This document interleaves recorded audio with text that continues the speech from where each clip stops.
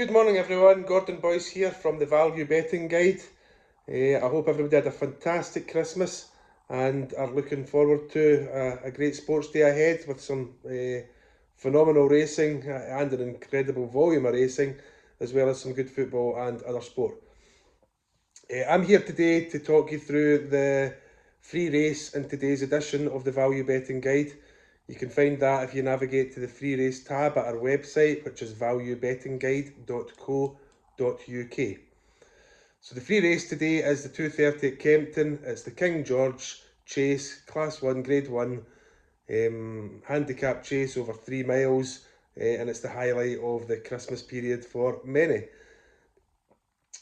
My money today is going to be on the Nicky Henderson runner Django Bay, and I'll talk you through how I got to that.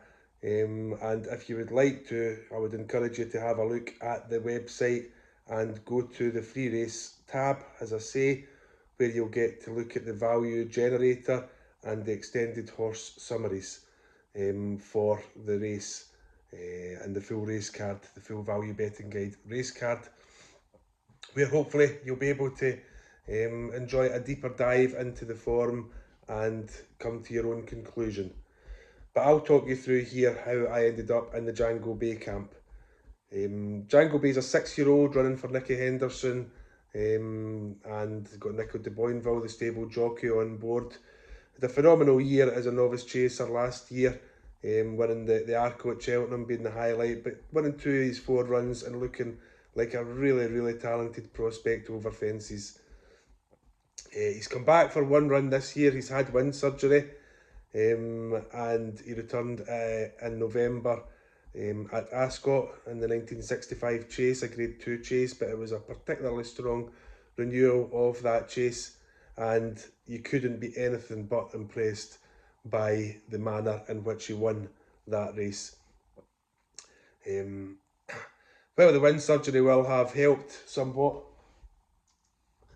I think it's probably important to note that the transition that the horse has made from 5 to 6-year-old has probably been the most important factor at play in the apparent improvement in Django Bay. Nicky Henderson obviously knows exactly what he's doing with this type of horse. He's trained so many of them over the years, and if you listen to what he's saying about Django Bay, then it really does make you prick your own ears a little bit and pay attention.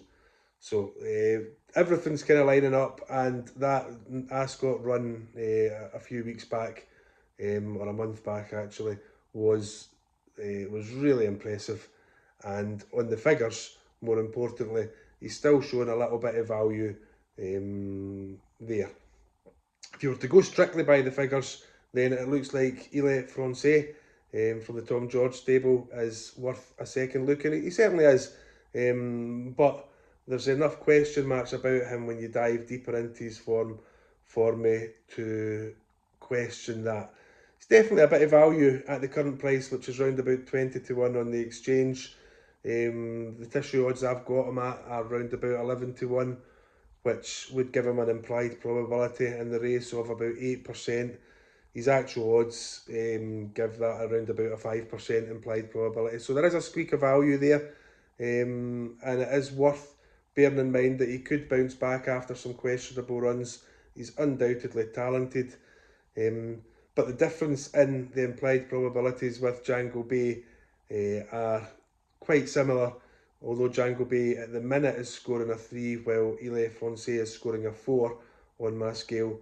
I think for the reasons that I've outlined, I'm probably more comfortable sitting with Django Bay, especially at the prices.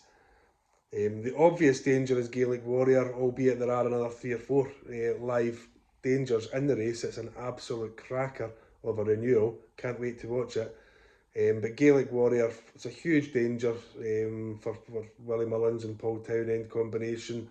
He's proven at the top table, he's got the best of connections, and he's going to run his race, I would imagine, and it's going to be an absolute cracker. But at the prices, and I'm hoping as well that there might be some late money coming in for Gaelic Warrior for the reasons that I've outlined there, that may, and stress may push the price for Django Bay out a little bit. But at the minute, you can get 4.7 on the exchange, you can get 7 to 2 at some bookmakers, and that's still offering me enough value to be reasonably confident about going in with Django Bay in the race. I'll say as well that this is a view that's shared by Shug Pearce, my co-analyst at the Value Betting Guide. He's been massive on Django Bay for weeks now, ever since that 1965 chase. In fact, ever since his novice season last year. And Shug was proven right when he came back and performed so well at Ascot. So I was pleased when I looked at the scores this morning and looked at where the value lay in the race, because maybe I was swayed a little bit by Shug, but I'm also quite firmly a fan of Django Bay myself. However, those that know me and that follow the site and follow my work on social media will know that everything that I do is based on value, and I can only really bet Django Bay, or any horse for that matter, if the value is there, which I believe it is today. So yeah, crack on. If you're having a bet, good luck. If you're not, enjoy the race, or have a fantastic Boxing Day with your family and friends and loved ones. I'll be back doing these videos periodically. I've still to kind of decide on the best format for them. Any feedback that you guys are able to give me would be greatly appreciated. Any shares, even more so, on social media. I'll be posting this video on Facebook, I'll be posting it on YouTube. If you can subscribe to my YouTube channel, which is at GordonBoyce_VBG. If you can follow me on Facebook, and even better, if you can add any comments on any of these platforms, then it would help me no end to improve the visibility of the site and what we're trying to do on these social media channels. Have a great day, everyone. Thanks for listening, and I'll catch up with you soon. Cheers.